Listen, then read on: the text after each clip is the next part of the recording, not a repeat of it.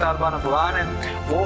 صرف اس میں ایک مسالت کے طور پہ کام کر رہے ہیں، جو کہ پاکستان اور تحریک طالبان افغان پاکستان کے ساتھ مذاکرات کروا رہے ہیں، اور یہ مذاکرات اس ٹائم جو ہے وہ کابل میں چل رہے ہیں، اور اس میں تحریک طالبان پاکستان نے ابھی جنگ بندی کا اعلان کیا ہوا ہے، اور یہ تقریباً پچھلے 3 ماہ سے جنگ بندی کو ہر 1 مہینے کی جنگ بندی ہوتی ہے، اس کے بعد ایکسٹینڈ کر دیا جاتا ہے، جیسے کہ ابھی جون کے مہینے میں بھی جنگ بندی کا اعلان تھا، اور ابھی یہ کبھی امید کی جا رہی ہے کہ جولائی کے مہینے کو اس میں ایکسٹینڈ کر دیا جائے۔ تحریک طالبان جو پاکستان ہے ان کی تعداد بہت کم رہ چکی ہے، مشکل سے وہ 5 سے 6 ہزار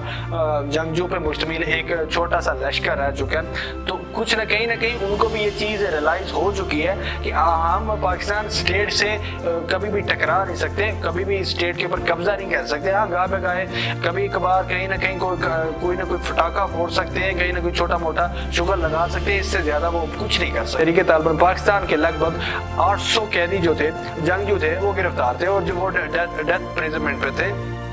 جن کو تقریباً جن میں سے 400 کو پریزیڈنشل آرڈر کے ذریعے ریلیز کر دیا گیا۔ اب پاکستان جو اسٹیبلشمنٹ ہے، پاکستان آرمی اس چیز کے اوپر 100% اپنا مائنڈ ڈکلیئر کر چکی ہے، جو بھی ریسنٹلی کچھ دن پہلے نیشنل سیکورٹی کونسل میں ایک میٹنگ بھی ہوتی ہے جس میں تمام پاکستان کے سٹیک ہولڈر شامل ہوتے ہیں، پولیٹیکل پارٹیز کے بھی لوگ شامل تھے، کہ ہمیں اب ان جنگوں سے، ملک کی اندرونی جنگوں سے نکلنا ہوگا، کیونکہ اب دنیا کی اندرونی جنگوں سے ہمیں ہٹ کے انٹرنیشنلی بھی دیکھنا ہوگا۔ پیچھے اب بہت ٹائم ہم نے اپنے گھر کے اندر ہی ضائع کر دیا، کیونکہ دنیا بہت چاند سے اوپر چلی جا چکی ہے، اور ہمیں آج تک یہ نہیں ہمارا سیٹسفائی ہو سکا کہ داڑھی ہم نے چھوٹی رکھنی ہے یا بڑی ہے، شلوار تھوڑی سی اوپر باندھنی ہے یا نیچے باندھنی ہے، یا مسجد کے اوپر 1 سپیکر لگانا ہے یا 4 لگانا ہے۔ تو اس لیے اب تھوڑی سی اسٹیبلشمنٹ کے مائنڈ میں بھی یہ چیز آ چکی ہے، اگر ہم نے ترقی کرنی ہے، ہمیں خود کو اوپر لے کے جانا ہے، تو صرف گوری یا شہین نہیں لے کے جا سکتا، وہ تو کبھی استعمال نہیں ہوں گے، یا پھر JF-17 یا JF-16 یا JF-10 جتنے بھی ہیں، اگر وہ نہیں ہمیں لے کے جا سکتے، جب تک ملک نہیں اوپر جائے گا، ہماری اکانومی اسٹرانگ نہیں ہوگی، تو ہم کسی کھاتے میں نہیں ہے، ہماری کوئی وقت نہیں ہے، ہماری کوئی ویلیو نہیں ہے۔ تو اس چیز کو ریلائز کرتے ہوئے اب پاکستان اسٹیبلشمنٹ نے یہ مائنڈ اپنا ڈکلیئر کر دیا کہ اب ہمیں پاکستان تحریک طالبان کے ساتھ مذاکرات کرنے چاہیے، اور یہ جنگ جو تھی پچھلے 20 سالوں سے جاری ہے، اب اس کا خاتمہ کر دینا چاہیے۔ تو اب پاکستان میں اس کے اوپر بہت سارے ریزسٹنس بھی آنا شروع ہو چکی ہے، جو پاکستان کا ایک لبرل طبقہ بھی ہے، وہ اس کے اوپر کافی زیادہ اپنے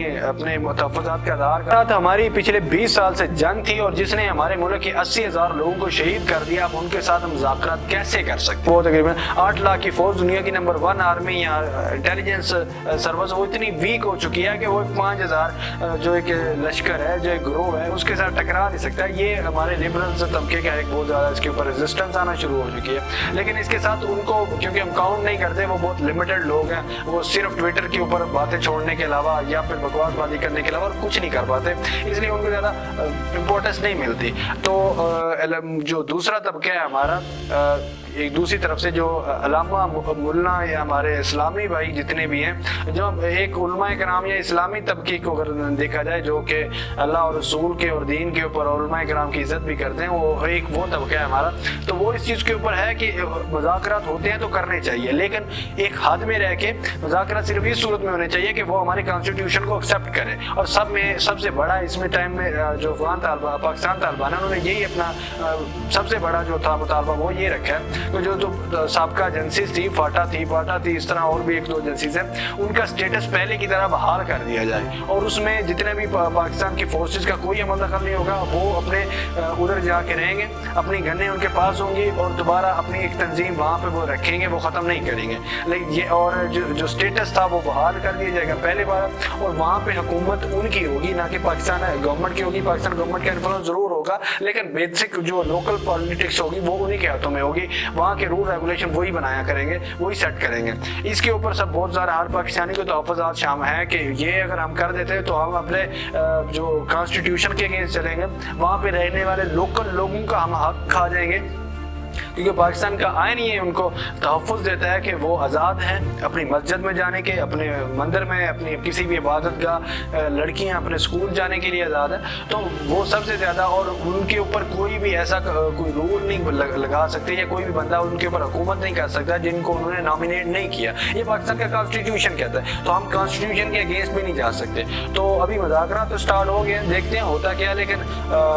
مذاکرات اگر کامیاب ہو جائیں تو اس میں پاکستان کی بہت بڑی کامیابی ہے۔